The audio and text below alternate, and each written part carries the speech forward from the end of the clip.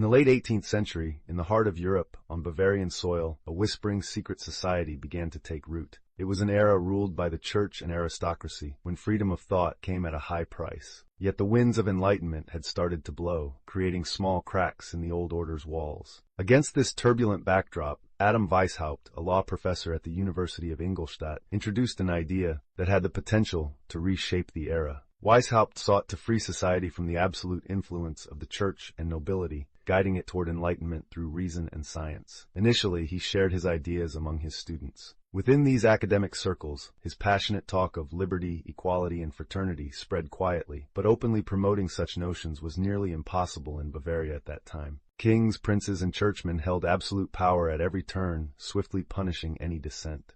Thus, Weishaupt and a select group of his students decided to organize this movement of free thought out of sight as a secret society. On May 1, 1776, the Illuminatenorden, later known worldwide as the Illuminati, was officially founded. Its name, meaning the enlightened ones in Latin, perfectly reflected its mission: to break the chains of despotism and darkness through the guiding lights of reason and science. Like other secret societies of the time, the Illuminati used special symbols, passwords, and rituals. This helped them conceal their identities, meeting places, and ideals. Their members were usually young academics, writers, and occasionally nobles. Their goal was to transform minds, spread the ideals of free thinking, and weaken the grip that the church and noble houses held over power. Their influence quietly seeped from university cafeterias and small reading rooms into the discussions of certain members of the court.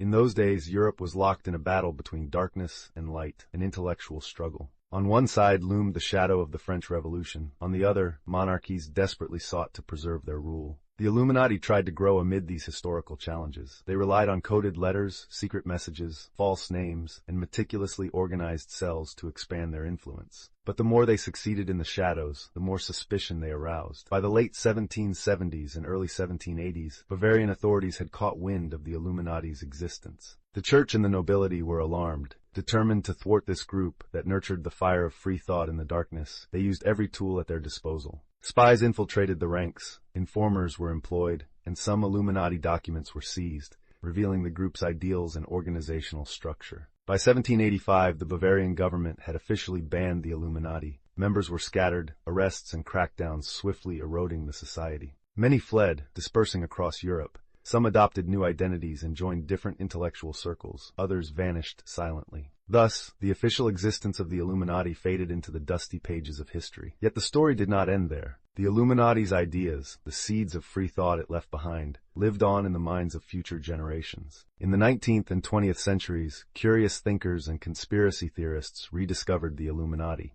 This time, the group took on a new dimension, becoming more myth and speculation than documented reality. Over time, the Illuminati name evolved into an emblem of a mysterious power supposedly running the world from behind the scenes. An enigmatic, global, secret hand shaping events. In truth, it had once been merely an Enlightenment-era society that shone briefly in Bavaria's historical records. Yet perhaps its true power lay in allowing its ideals to blend into the soil like seeds.